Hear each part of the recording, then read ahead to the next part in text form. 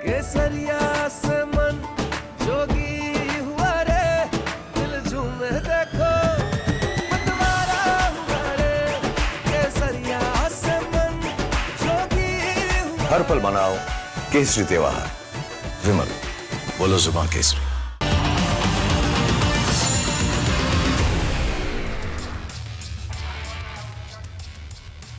नमस्कार, स्वागत है आपका रिपब्लिक भारत पर। मैं हूं आपके साथ अनामिका सिंह काली। रात के 10 बज चुके हैं और ये वक्त है आपको कुछ ऐसी खबरें दिखाने का जो दावा है ना आपने कहीं देखी होंगी और ना ही कहीं सुनी होंगी। और आज सबसे पहले बात करेंगे बिहार की। बिहार में नतीजे आ चुके हैं और 20 नवंबर को नीतीश कुमार पटना के गांधी मैदान से 10वीं बार सीएम पद की शपथ लेंगे। इसके अलावा बिहार के नए मंत्रिमंडल का भी गठन होगा। अब इस मंत्रिमंडल में कौन कौन से नए नाम शामिल होंगे ये देखने वाली बात है, लेकिन इस बार का चुनावी परिणाम काफी दिलचस्प रहा है। एनडीए की जीत के बाद बीजेपी और जेडीयू के साथ घटक दलों का भी पूरा फोकस मंत्री पद पर रहने वाला है। अब शपथ ग्रहण समारोह की तैयारियां भी पूरी हो चुकी हैं। मंत्रिमंडल को लेकर क्या क्या कयास लगाए जा रहे हैं, इस रिपोर्ट में आपको दिखाते हैं।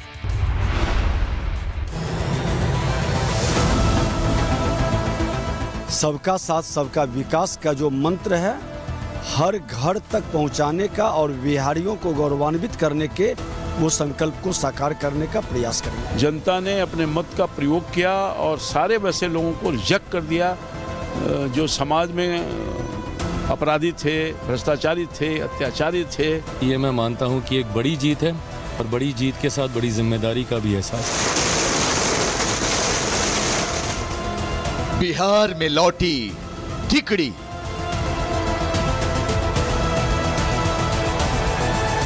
बीस नवंबर का दिन बिहार में एक बार फिर से इतिहास लिखने जा रहा है। सुशासन और सबका साथ सबका विकास के नारे को जमीन पर उतारने वाले नीतीश कुमार 10वीं बार बिहार के मुख्यमंत्री पद की शपथ लेंगे।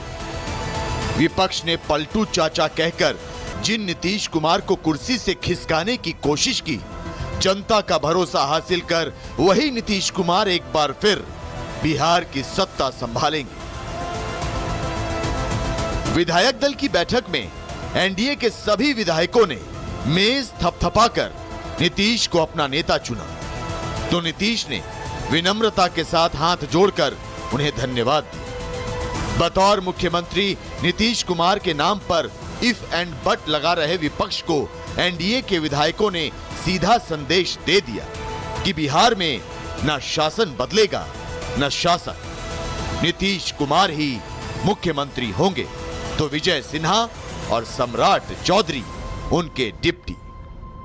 जनता का आशीर्वाद है, मोदी जी का और राष्ट्रीय अध्यक्ष जी का आशीर्वाद से पार्टी के विधायक दल के नेता के तौर पर पार्टी ने मौका दिया। पार्टी के एक एक कार्यकर्ता की जीत है और पार्टी ने जो दायित्व दिया है उसको आगे बढ़ाना। विश्वास हम पर व्यक्त किया गया है। निश्चित तौर पर पार्टी के हित में, पार्टी के लिए एक कार्यकर्ता के रूप में सजगता के साथ हम उनके विश्वास पर खरा उतरेंगे। बुधवार सुबह 11 बजे बीजेपी दफ्तर पटना। बिहार में तिकड़ी की वापसी के बाद पटना में ढोल नगाड़ों की आवाज गूंज रही है।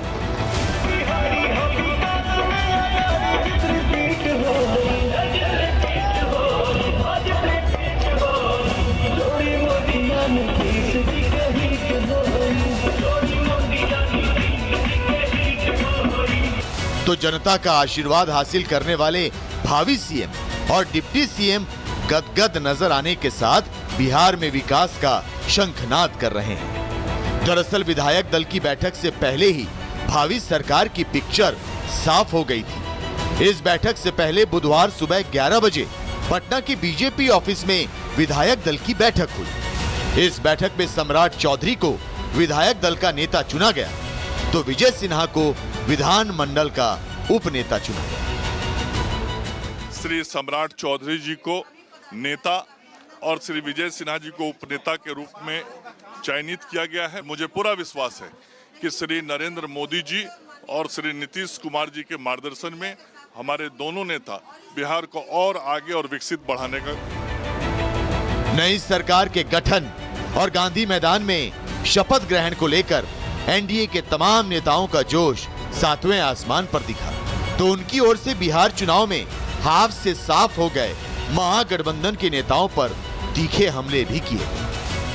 जिम्मेवारी भी बढ़ी है, क्योंकि लोगों का जब इतना ज़्यादा विश्वास, जब लोग एंटी इनकम्बेंसी की बात कर रहे थे, लोग तरह तरह की बातें कर रहे थे, लोग जनता को बरगलाने की कोशिश कर रहे थे, उसके बावजूद इतना विश्वास अगर जनता ने हमारे गठबंधन को पे दिखाया है, तो कहीं ना कहीं रिस्पॉन्सिबिलिटीज़ अब दुगुनी हो गई हैं। तेजस्वी के बारे में क्या है? वो कुछ चंगू मंगू लोगों से जो है घिरे हुए हैं, और आप सब लोग जानते हैं चंगू कौन है और मंगू कौन है ना।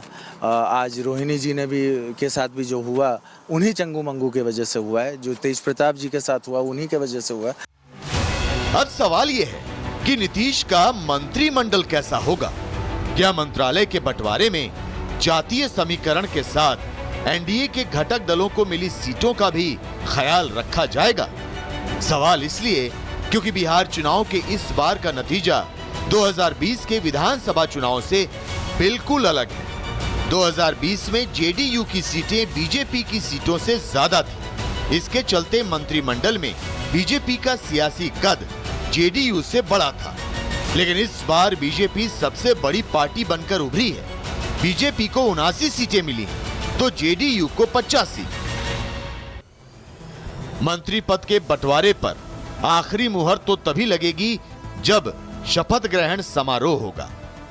जो वादे संकल्प पत्र में किए गए हैं, अब एक एक करके कल से उन वादों को पूरा करने का हर संभव प्रयास किया महिलाओं को लेकर बड़ा वादा, अब 10,000 दिया और वो एक बड़ा फैक्टर भी रहा। उस वादे को भी पूरा किया जाएगा। महिला युवा हम लोग का MY समीकरण जो है, जिसमें महिलाओं से किया वादा उसको पूरा करना, और युवाओं को 1 करोड़ रोजगार देने का वादा, हर जिले में उद्योग लगाने का वादा, तमाम इन वादों पर एनडीए सरकार खरा उतरेगी। आपने कहा जो स्ट्राइक रेट की बात है, क्या आपको लगता है स्ट्राइक रेट बढ़िया रहा इस बार? शानदार रहा, शानदार 28 में से 19 ये भी रहा। और जिस तरीके से 200 से ज्यादा सीटें जीतकर हम लोगों ने सरकार बनाई है, ये मैं मानता हूं कि एक बड़ी जीत है, और बड़ी जीत के साथ बड़ी जिम्मेदारी का भी एहसास है। ये कि सरकार के लिए जब हम लोग वोट मांग रहे थे, तब भी नीतीश कुमार जी के नाम पर वोट पड़ा, प्रधानमंत्री नरेंद्र मोदी जी के नाम पे वोट पड़ा।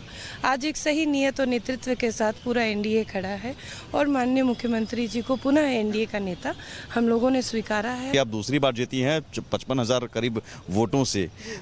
नीतीश के मंत्रिमंडल में हम देखना चाहेंगे।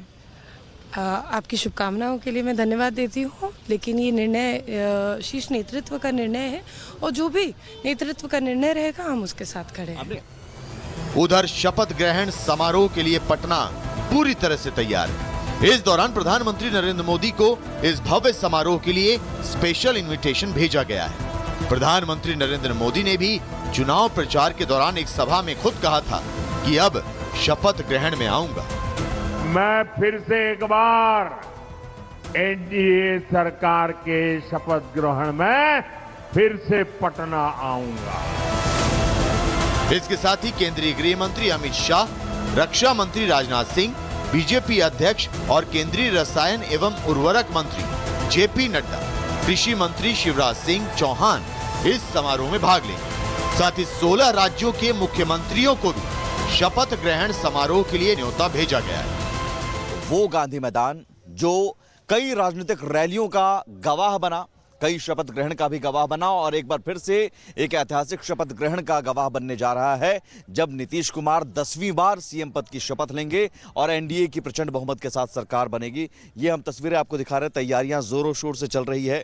कल मुख्यमंत्री नीतीश कुमार खुद आए थे और उनके साथ धर्मेंद्र प्रधान, दिलीप जायसवाल और तमाम जो मंत्री है वो पहुंचे हुए थे जायजा लेने के लिए। भव्य मंच एक तैयार किया जा रहा है, चूंकि खुद प्रधानमंत्री नरेंद्र मोदी आएंगे, सभी बीजेपी शासित राज्यों के सीएम आएंगे, और यही वजह है कि इस मंच को भव्य रूप देने की तैयारी है। जो सुरक्षाकर्मी हैं वो पहले से ही मौजूद हैं, और ये देखिए यहाँ मंच के बाहर जो अलग अलग फूल पत्ती हैं वो भी लाए गए हैं और फूल पत्तियों से सजाया जाएगा।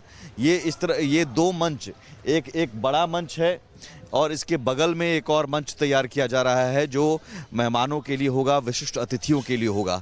तो ये एक भव्य मंच यहाँ से वहाँ तक तैयार किया जा रहा है जोर शोर से, चूँकि 20 नवंबर को शपथ ग्रहण होगी और 20 नवंबर को शपथ ग्रहण से पहले सब कुछ तैयारियां पूरी कर लेनी है। गांधी मैदान का माहौल पूरी तरह चुनावी जीत और नई सरकार के गठन के उत्सव में रंगा हुआ है। तैयारियां पूरी हो गई हैं, लेकिन देखने वाली बात यह होगी कि जंगल राज के खिलाफ नीतीश हैं तो विश्वास है, विकास है। जनता की पुकार फिर एक बार नीतीश सरकार, विकास की बयार, जनता का प्यार और नीतीश सरकार के नारे गढ़ने वाली एनडीए किस तरह अपने वादे पूरे करती है। Bureau report, Republic Bharat.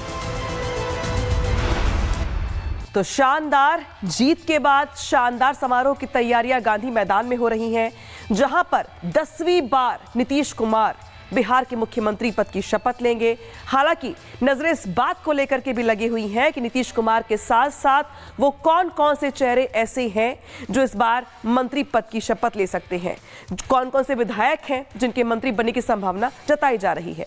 जिन जिन के नाम अब तक सामने आए हैं उनके बारे में आपको बताते चलते हैं। अब जरा शुरुआत करते हैं बीजेपी से कि बीजेपी से वो कौन कौन से चेहरे हैं।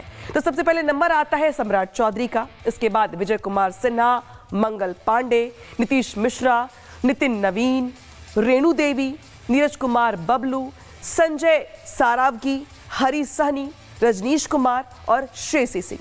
ये वो नाम है जो बीजेपी के कोटे से लगभग सामने आते दिखाई दे रहे हैं, जिनकी प्रबल संभावना है। अब बात करते हैं जेडीयू की। जेडीयू से कौन कौन है? शुरुआत करते हैं जेडीयू के तमाम विधायकों की जिनके मंत्री बनने की संभावना यहां पर दिखाई दे रही है। जेडीयू से जब हम बात करते हैं यहां पर, तो विजय कुमार चौधरी, विजेंद्र यादव, श्रवण कुमार, इसके अलावा अशोक चौधरी, रत्नेश सदा, सुनील कुमार, श्याम रजक, जमा खान, लेसी सिंह, दामोदर रावत और मंजीत सिंह।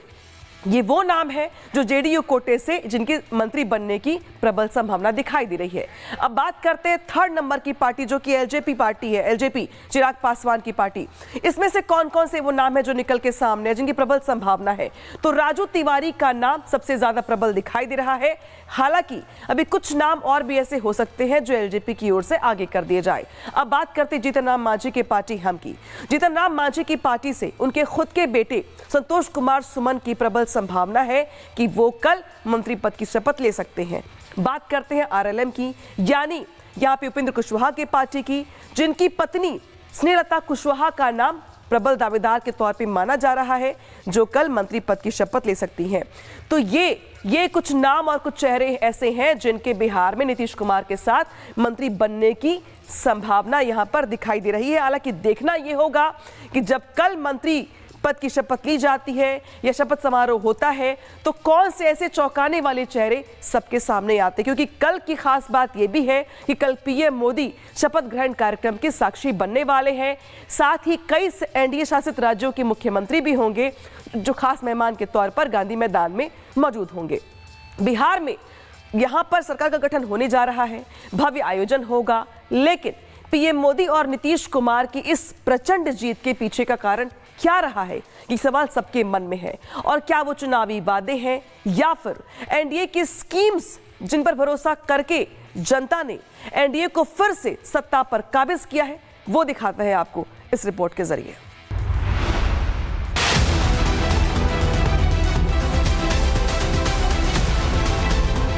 नेतृत्व का विजन स्पष्ट हो और नीतियां देश हित और जनहित में हो तो जनता भरपूर आशीर्वाद देती है। इस बार एनडीए जीत के अपने पुराने सारे रिकॉर्ड तोड़ने वाला है। बिहार का विकास होगा और बहुत आगे सब लोग करेंगे। खूब अच्छे वोट से जितवाइएगा। बिहार में प्रचंड जीत हासिल करने के बाद प्रदेश में एनडीए की सरकार बनने जा रही है। ये जीत मोदी नीतीश की डबल इंजन वाले वादे पर जनता के भरोसे का परिणाम है। एनडीए के शानदार प्रदर्शन और जनता के भरोसे के दम पर एनडीए बिहार की सत्ता पर काबिज हो गई।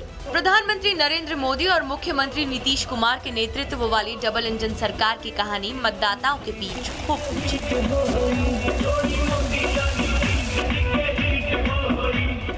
जिसके सामने गठबंधन पूरी तरह से बिखर गया। इस बम्पर जीत के पीछे केवल स्टार प्रचारक नहीं, बल्कि अचूक राजनीतिक इंजीनियरिंग और जमीनी कल्याणकारी योजनाएं थी। वो योजनाएं जिन पर जनता का भरोसा था, वो काम जो जनता के लिए किए गए थे।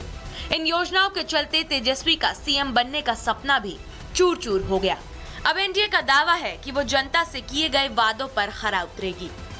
जिस तरीके से प्रचंड बहुमत के साथ बिहार की जनता ने एनडीए के प्रत्याशियों पर, मेरे प्रधानमंत्री आदरणीय नरेंद्र मोदी जी की सोच पर, मुख्यमंत्री नीतीश कुमार जी के अनुभव पर, बिहार फर्स्ट बिहारी फर्स्ट पर विश्वास करते हुए जो प्रचंड जीत, एक ऐतिहासिक जीत देने का काम किया है, ऐसे में अब बड़ी जिम्मेदारी हम सब के ऊपर है कि जनता के इस विश्वास पर अब हम लोग खरा उतरें। ये एनडीए की सरकार है देश में, जो 20 साल बाद भी जनता का विश्वास जीतने में अपार समर्थन और आशीर्वाद मिला है। लोगों ने नए बिहार के लिए नीतीश कुमार, नरेंद्र मोदी के नेतृत्व को आशीर्वाद दिया। अब एक नई चुनौती के साथ एनडीए सरकार बिहार के मैदान में उतरने जा रही है। वो चुनौती है संकल्प पत्र के संकल्प को पूरा करने की। बिहार के चुनावी रण में उतरने से पहले पीएम मोदी और नीतीश कुमार जनता के लिए वादों की एक लंबी फहरिस्त लेकर उतरे। वो वादे जिनके दम पर जनता ने एक स्वर में डबल इंजन सरकार को चुना। बिहार की आम आवाम ने इस बार एनडीए के जो चुनावी वायदे थे उस पर जो है सो बहुत मुकम्मल तौर पर भरोसा जताया है। और यह हम इसलिए कह रहे हैं क्योंकि देखिए, जो नीतीश कुमार ने जो वादा किया था, आधी आबादी तो कहा ही जाता था कि चुप्पा वोटर नीतीश कुमार का है, तो इसके लिए जो इस बार जो 10,000 रुपए की राशि और जो वृद्धा पेंशन की राशि या अन्य भी जो सरकारी लाभ की बात की, डबल इंजन की सरकार है और नरेंद्र मोदी ने जितना कमिट किया वह सबको मिल रहा था 5 किलो अनाज, तो यह सब कहीं न कहीं यह पेनिट्रेट करता हुआ दिखाई पड़ा। अब जब बिहार में एनडीए सरकार पर मुहर लगने जा रही है, तो इस बात पर भी बात होना लाजमी है कि नीतीश मोदी की जोड़ी ने ऐसे कौन से वादे किए जिसने जनता को लुभाया और अपने विश्वास को वोट के जरिए जीत में बदला। बिहार की जनता के लिए एनडीए के घोषणा पत्र में शिक्षा, रोजगार से लेकर महिलाओं और गरीब किसान, सामाजिक न्याय तक हर वर्ग के लिए लुभाने वाले वादे शामिल हैं। वादों में सबसे पहले है पंचामृत गारंटी। गरीबों के लिए पंचामृत गारंटी होगी। गरीबों को मुफ्त राशन मिलेगा, 125 यूनिट मुफ्त बिजली मिलेगी और 5 लाख तक के मुफ्त इलाज की सुविधा होगी। दूसरा है पक्के मकानों का वादा। 50 लाख नए पक्के मकान बनाए जाएंगे और सामाजिक सुरक्षा पेंशन भी दी जाएगी। तीसरा है नौकरी और रोजगार। 1 करोड़ से ज्यादा रोजगार का वादा सरकार ने किया है और हर युवा को नौकरी और रोजगार देने का वादा भी इसमें शामिल है। चौथा है औद्योगिक विकास। हर जिले में अत्याधुनिक मैन्युफैक्चरिंग यूनिट लगेगी, 10 नए औद्योगिक पार्क बनेंगे। कौशल आधारित रोजगार देने का वादा भी सरकार ने किया है। पांचवा है कौशल विकास। हर जिले में मेगा स्किल सेंटर बनाया जाएगा और बिहार को ग्लोबल स्किलिंग सेंटर भी बनाया जाएगा। छठा है कर्पूरी ठाकुर किसान सम्मान निधि। हर साल किसानों के खातों में 3,000 रुपए डाले जाएंगे। प्रमुख फसलों की पंचायत स्तर पर एमएसपी पर खरीद होगी। सातवां है मुख्यमंत्री महिला रोजगार योजना। महिलाओं को 2 लाख रुपए तक की सहायता राशि मिलेगी। 1 करोड़ महिलाओं को लखपति दीदी बनाया जाएगा। मिशन करोड़पति शुरू होगा और चिन्हित उद्यमियों को करोड़पति बनाया जाएगा। इसके अलावा सरकार ने और भी कई सारे वादे किए हैं। मुझे जो पार्टी आदेश करेगी वो मैं करूंगी और अभी मैं बहुत खुश हूं कि मुझे ये सौभाग्य मिला है। अभी तो बहुत कुछ चीज़ें करनी है और हम लोग लगे हुए हैं हर एक काम में। पहले तो हम लोग शपथ ग्रहण कर ले, उसके बाद में हम लोग एक एक करके चीज़ों को करना शुरू करेंगे। इन चुनावी वादों से एनडीए जनता का दिल जीतने में सफल रही, तो वहीं तमिलनाडु के कोयम्बटूर से प्रधानमंत्री नरेंद्र मोदी ने पीएम किसान सम्मान निधि की 21वीं किश्त जारी कर दी है। 9 करोड़ लाभार्थियों के बैंक खातों में 18,000 करोड़ रुपए से अधिक की राशि डाली गई। लेकिन खास बात यह है कि इन किसानों में 73 लाख किसान बिहार से थे। यानी सरकार ने शपथ ग्रहण समारोह के एक दिन पहले से ही जनता से किए गए वादों का काम करना शुरू कर दिया है। कोशिश करेंगे कि हम परफॉर्म करके दिखाएं, जनता की उम्मीदों पर खरा उतरे, जनता को हम ये बताने में सफल हो जाएं कि हाँ, अगर हमने संकल्प लिया तो उस संकल्पों की दिशा में हमने काफी हद तक कोशिश की। तो एनडीए के सामने एक बड़ी चुनौती तो है कि जिस तरह से उन्होंने जनता का भरोसा जीता है और जनता ने भी लैंडस्लाइड विक्ट्री इनको दी है, तो उम्मीदों का जो ऊंचाई है वो तो काफी अधिक है, अपेक्षाएं काफी बढ़ी हुई हैं। एनडीए के लिए अगले 5 सालों का समय काफी लंबा है। चुनावी वादों की लिस्ट भी काफी लंबी है। अब इस लिस्ट के कितने वादे पूरे किए जाते हैं वो तो आने वाला समय ही बताएगा। लेकिन जो भी हो, इन 5 सालों में बिहार की राजनीति दिलचस्प होने वाली है। Bureau report, Republic Bharat. तो एनडीए का जो वादा है, जिसपे भरोसा नहीं जताते हुए बिहार की जनता ने भर भर के वोट तो दिए, बम्पर जीत तो दी, लेकिन अब चुनौती है एनडीए के सामने उन वादों को पूरा करने की। और इसी वजह से सत्ता के साथ साथ जिम्मेदारी है कि जो वादे उनसे चुनाव में किए गए हैं, जो घोषणाएं की गई हैं, उसे कैसे पूरा किया जाए, उसकी रणनीति बनाई जाए। अब बढ़ते खबरों में आगे और अब बात करते हैं राहुल गांधी की। राहुल गांधी बीते कई महीनों से वोट चोरी का मुद्दा उठा रहे हैं। राहुल गांधी अब तक 3 बार लंबी प्रेस कॉन्फ्रेंस कर न सिर्फ चुनावी प्रक्रिया पर सवाल खड़े कर चुके हैं, बल्कि मुख्य चुनाव आयुक्त गणेश कुमार को भी कटघरे में खड़े कर चुके हैं। लेकिन अब वोट चोरी के मामले पर राहुल गांधी का दांव उल्टा पड़ गया है, क्योंकि देश के 272 पूर्व शीर्ष अधिकारियों, जजों, राजनयिकों और सेना के अफसरों ने विपक्ष के नेता राहुल गांधी और कांग्रेस पर गंभीर आरोप लगाए हैं। इन लोगों ने एक खुला पत्र जारी कर कहा है कि कांग्रेस और राहुल गांधी चुनाव आयोग समेत संस्थाओं में जनता का भरोसा कमजोर करने की कोशिश कर रहे हैं। पूरा मामला क्या है, आपको रिपोर्ट में दिखाते हैं।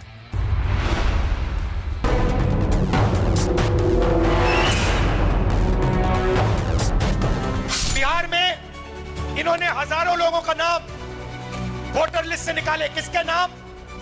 महागठबंधन के वोटरों के नाम।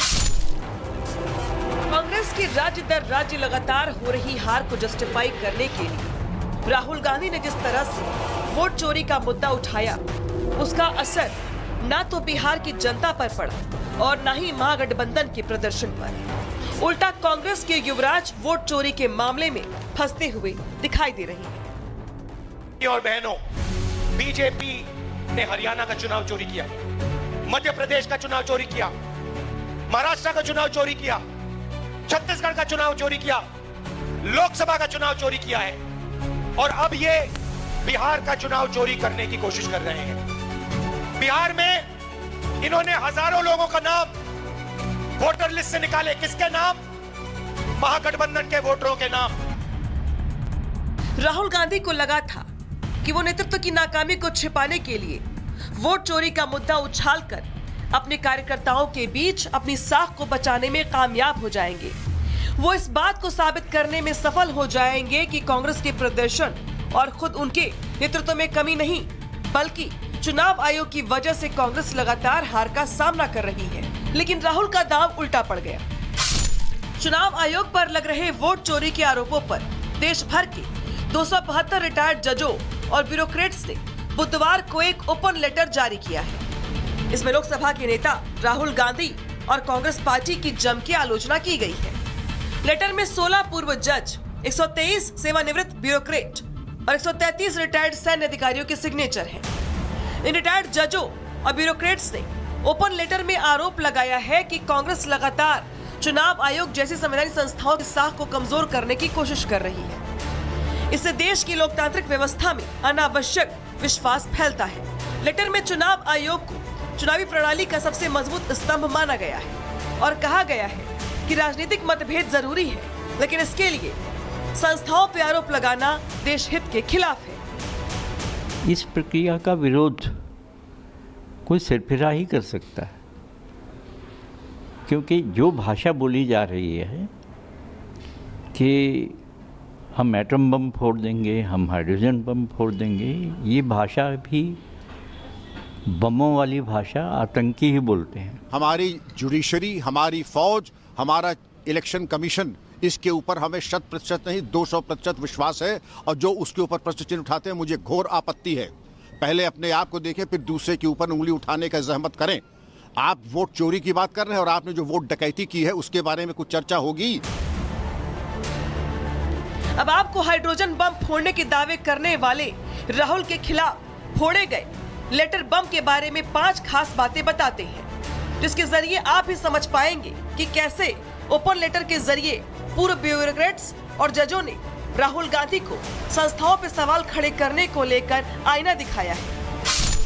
पत्र में कहा गया है कि कुछ विपक्षी नेता जहरीली बयानबाजी और बिना सबूतों के आरोपों के जरिए ये दिखाने की कोशिश कर रहे हैं कि देश की संस्थाएं ठीक से काम नहीं कर रही। साइन करने वालों ने आरोप लगाया कि सेना, न्यायपालिका और संसद के बाद अब कांग्रेस का निशाना चुनाव आयोग है।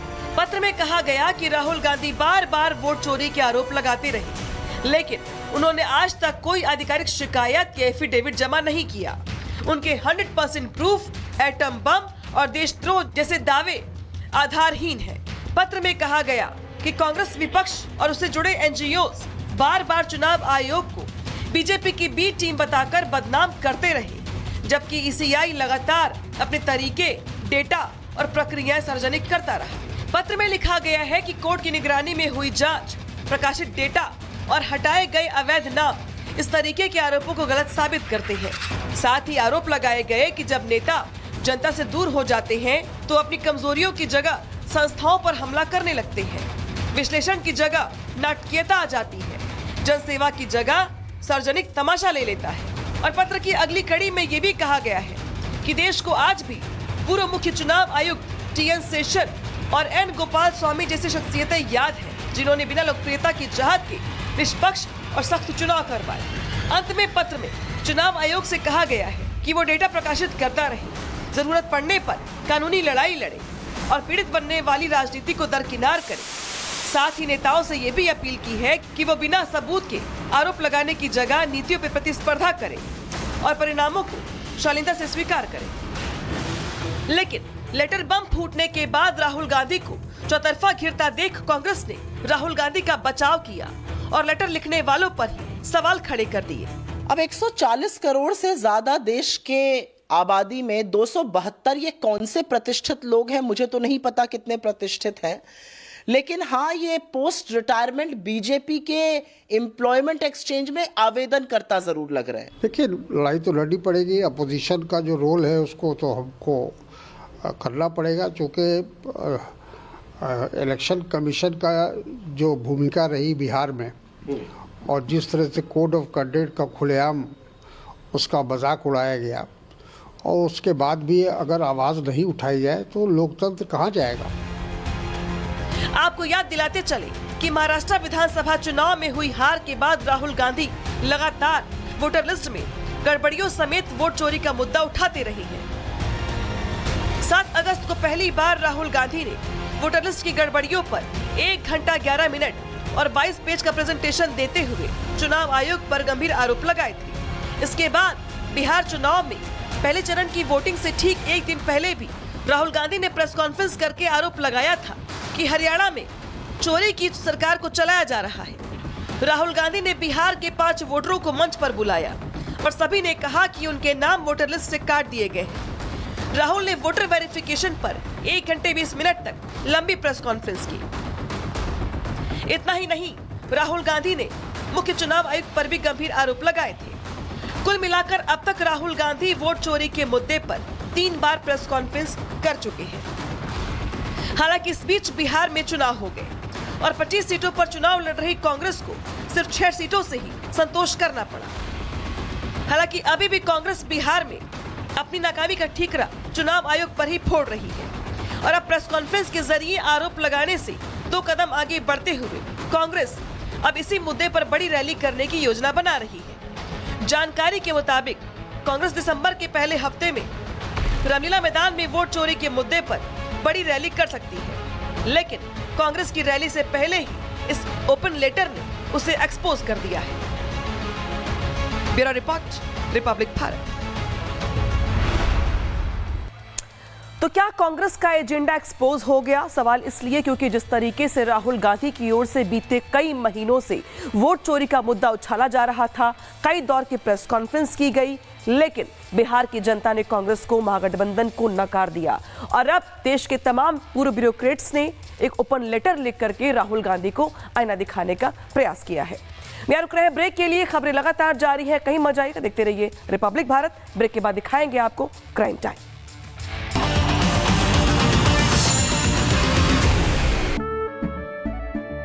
केसरिया से मन जोगी हुआ रे, दिल झूमे देखो मतवारा हुआ रे, केसरिया से मन जोगी हुआ। हर पल मनाओ केसरी त्योहार। विमल, बोलो जुबान केसरी।